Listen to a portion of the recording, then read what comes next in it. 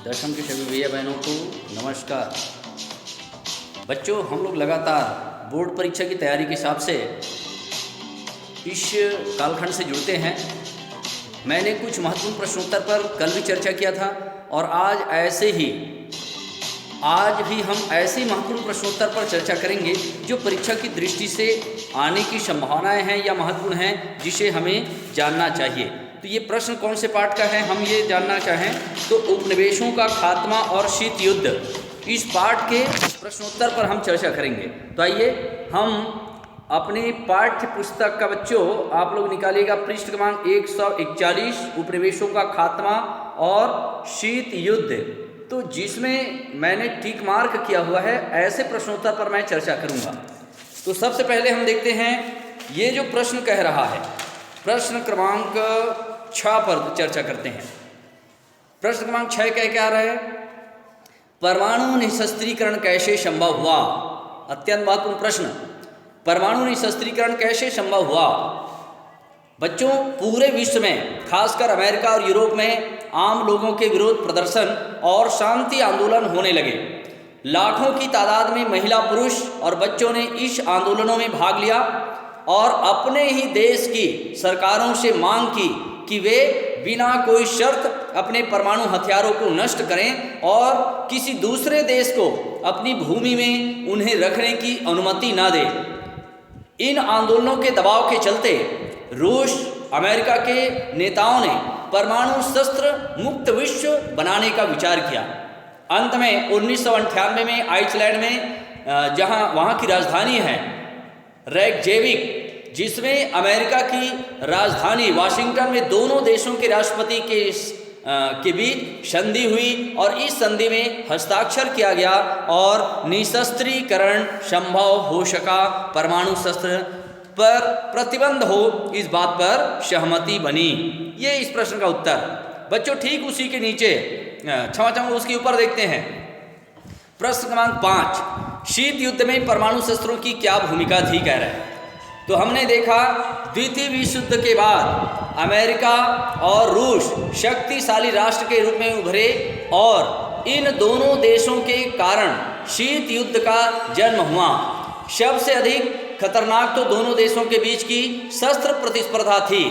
यह जानते हुए भी कि परमाणु युद्ध में किसी की भी जीत नहीं हो सकती है, अमेरिका और रूस यही प्रयास कर रहे थे कि दूसरे देश को परास्त करने और घातक व अधिक मात्रा में हथियार बने।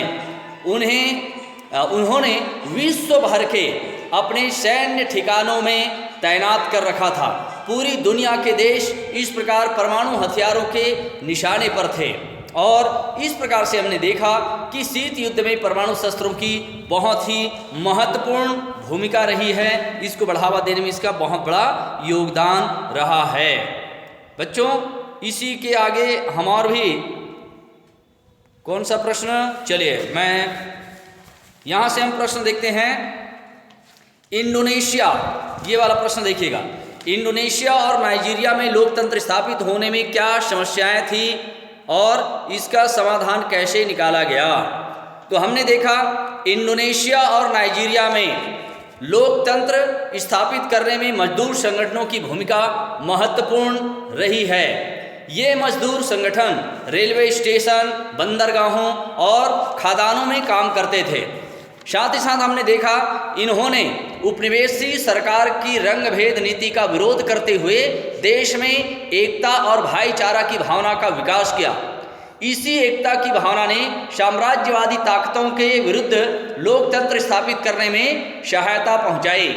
भारत में शिक्षित मध्यम वर्ग ने एकता और भाईचारा की भावना फैलाई।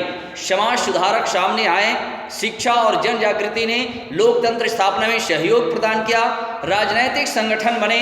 उन्होंने लोकतंत्र के बीज बोकर लोकतंत्र स्थापना में अपना महत्वपूर्ण योगदान दिया और इस तरीके से इन समस्याओं का समाधान निकाला गया। ये इस प्रश्न का उत्तर है बच्चों।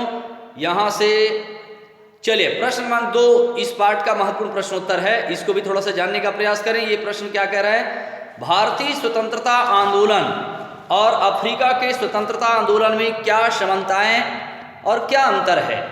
तो पहले हम समानताएं देखते हैं बच्चों।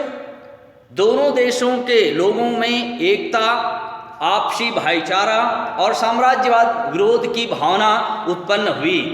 ये दोनों में समानता हम देखते हैं।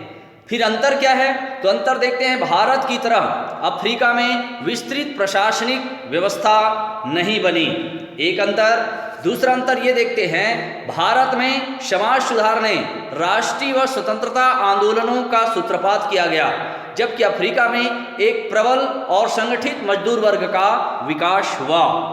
ये इस पाठ का महत्वपूर्ण प्रश्नोत्तर। चलिए समय का उपयोग करके थोड़ा सा बच्चों मैं आपको खालिस्तान पर भी क्या क्या खालिस्तान है इसको थोड़ा बताने का प्रयास कर रहा हूं।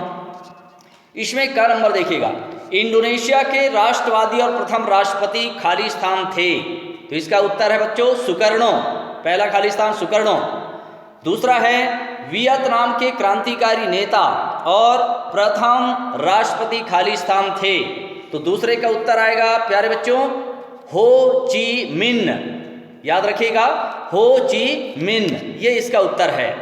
तीसरा ग नंबर देखिएगा, नाइजीरिया के राष्ट्रवादी और प्रथम राष्ट्रपति, ये इसमें तीसरे नंबर का तो ये है नमादी आजिकीवे, ये इसका उत्तर है नमादी आजिकीवे, ये खालिस्तान रहेगा। उसके बाद हम और देखते हैं इंडोनेशिया की स्वतंत्रता, चौथे नंबर, इंडोनेशिया की स्वतंत्रता का संघर्ष खालिस्तान नीदरलैंड देश के विरुद्ध था, चौथा खालिस्तान। इसमें उत्तर आएगा हॉलैंड, हॉलैंड के विरुद्ध था। अंतिम खालिस्तान वियतनाम की स्वतंत्रता का संघर्ष खालिस्तान और खालिस्तान देशों के विरुद्ध था। तो इसमें आएगा फ्रांस, वियतनाम स्वतंत्रता का संघर्ष फ्रांस और जापान देशों के विरुद्ध था। ये इस पाठ के महत्वपूर्ण प्रश्नोत्तर और इस पाठ के आए महत्वपूर्ण जो परीक्षा की दृष्टि से हैं ऐसे प्रश्नों को मैंने आप तक पहुंचाने का प्रयास किया बच्चों। और रोज़ मैं ऐसे ही कुछ चुनिंदा प्रश्नों को आप तक पहुंचाने का प्रयास कर रहा हूं। कम से कम आप इन वीडियो को देखें, सुने, तो निश्चित रूप से आपको याद होगा, मैं विश्वास दिलाता हूं, और अच्छे नंबरों से आप पास होंगे। तो कल पुनः नए पाठ की नए प्रश्नोत्तर नई जानकारी के साथ मिलते हैं। तब तक के लिए धन्यवाद, नमस्कार।